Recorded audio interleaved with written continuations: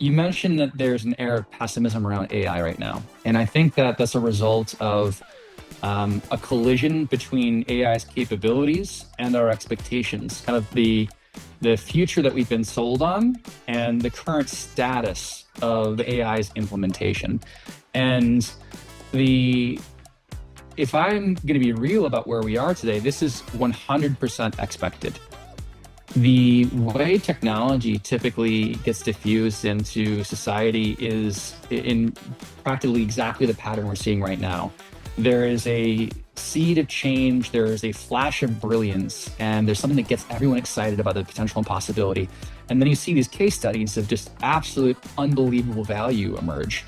And then what happens is an ecosystem gets built around that, and people start talking about the future and building these vivid visions of the future as if they've already arrived. And the reason it happens is because it's kind of easy for some people to extrapolate from where we are to that type of a vision, but nothing is ever linear. There's no such thing as we go from A to B, then C, then D in that straight line. It's a zigzag, and we rise and we fall, we raise again, and we crash to the bottom several times over. Same thing happened with the digital revolution. I mean, the .com bust was at the time irrefutable proof that digital was a waste of money and the internet was a fad and that no one would ever use it. And that anybody who believed in it was a fool. And the same thing happened with crypto. And the same thing is now happening with AI. And we go through these sequences. And I've argued in the past that the best place for a growing nascent technology to be is in that trough of disillusionment, that moment where people kind of lose faith in the technology. Because what happens is when that happens, all the pundits leave. All the people who were making money on the hype realize, oh, it's not easy to make money on hype anymore. I have to go do something else, find some other hype. Our society is still run by metrics designed 150 years ago during the Industrial Revolution. Our companies are built and run on metrics of efficiency, capacity, and speed. Those are things that work very well in well-defined, well-understood systems. I don't think anyone today would look at the world around us say everything is very well designed, very well defined, and very well understood. Everything's changing. Nothing's working the way it used to work, but we're measuring it the same way. We're putting incentives out in the same way. And that's what's creating an enormous amount of tension because we're still focused on efficiency and effectiveness, which are important. But we're now in a world where there's so many unknowns we need to be exploring and experimenting. Those are not things that happen under the guise of efficiency and effectiveness. If you're going to implement a new technology and you want ROI right away, you will fail. Because when you change something, when you change an organization, you get worse before you get better. If you can't go straight to 10x, you have to go from 1x to 0.5x to 1.3x, and then you might get there. But you have to be willing to suck for a while before you get good. And most organizations are not willing to do that. They're forcing the efficiency and effectiveness and quality metrics that they're experiencing elsewhere on new systems that they don't understand. And they're blaming the people for the failure when it doesn't happen, not the fact that they didn't set them up for success. So the metrics that are going to help us be successful in the era of generative AI are built around exploration and experimentation, about exploring new territory that is unknown to us so that we can map it, understand it, and build on it. Those are things like knowledge diffusion. How fast are we learning the skills and how effectively are we distributing that knowledge across the organization? Do we have formal ways of exchanging information across the organization? So that's teaching people new skills. That's getting people together and having knowledge exchanges. That's reverse mentoring, things like that. Also having metrics that define how much experimentation are you doing? Is it an expectation? Is it on your 360 review, your performance review? Is it on the project kickoff? Because if these metrics are not expectations that are shown everywhere, behavior does not change. The incentive determines the outcome, and the metrics determine what is incentivized. So if you're not pushing forward things like experimentation rate, number of prototypes, prototype to commercialization ratios, these are leading indicators of the right behaviors that get people to understand what this new frontier looks like. That's how you get collective movements in the right direction, because if you don't have those metrics as an expectation, you can't build the culture that supports that type of behavior. And if you don't have that, you won't make the progress.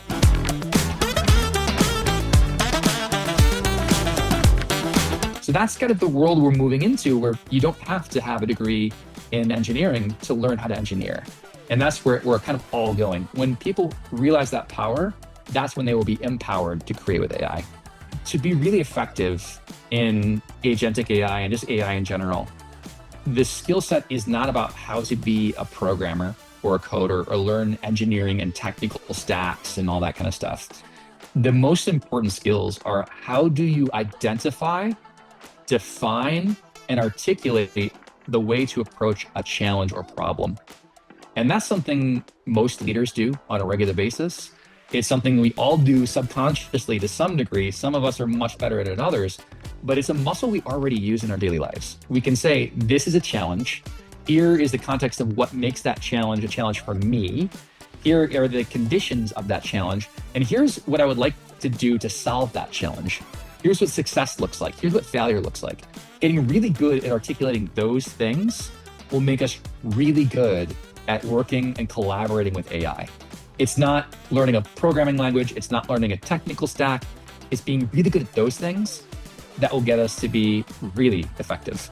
There's a concept called good friction, which is a part of organizational change as well. So friction is often seen as bad. It's something we want to eliminate. Automation removes friction and makes the process more smooth. But good friction is when we put something deliberately in the way of bad behaviors or less desirable behaviors, so that that path is taken less often. And I do think that there is such a thing as good friction in an organization. It helps us ensure that we're making more principled decisions, that we're acting ethically, that we're acting in the benefit of the greater whole rather than just the few. And I think that's necessary to any organization to thrive. If we're just constantly removing friction, over time, we're going to become the average of something we don't even want. What I'm seeing in that case is the organizations that focus ruthlessly on efficiency and just that at all costs, it's a race to the bottom. And you can only cut so much until you can't cut anymore. And then what do you have left?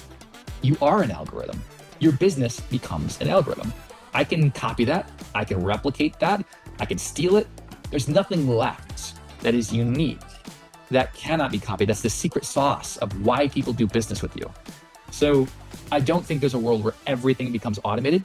I think there's a world where the vast majority of the things we do today become automated. Just like we used to manually make clothes with our hands. We used to churn our butter manually. We used to make all these things on our own, and we had access to very little stuff because we only had access to what we could personally make. That has all changed wildly. We're in that stage right now where we are personally making certain amounts of work. And when things become automated, we can do so much more and have so much more capability, not just capacity, but new skill sets, new opportunities unlocked for us when we use it effectively. So I think that we're moving in that direction, but there's a lot of chaos and identity crisis happening all at the same time because we've been in this space for 150 years and we're changing in 5. The harder it is to ignore those voices, and then change tends to happen faster and more effectively. And that's a pattern, again, that we see over and over with technological evolution. Not everybody initially benefited from the digital revolution. It took a long time for that to diffuse across society. And not everyone is going to initially benefit from the AI revolution. There are plenty of people who've already been harmed by these advancements and changes. The thing about technology is it amplifies the entire spectrum of human capability, for absolute great human achievements that are testament to the human spirit, as well as great harm and great destruction. It's going to be used for both, and it is right now being used for both. Right now, we're in a space where everyone feels the tension of AI, but there's no clear, coherent message coming from the populace saying, this is what we demand. Everyone's saying, I don't like this. I experience the change. I see it, but I'm not comfortable with it. But that dis-ease, that discomfort is not a clear message. It's not a clear demand, and it's not a scalable demand. So what's going to happen before that change can take place is enough people have to spend enough time with this to clearly articulate what it is that they're not comfortable with, what it is that they want to see change, and what they want the future to look like in crystal clear demands for that to ever happen. So 70 years from today? Oh, wow. Yeah.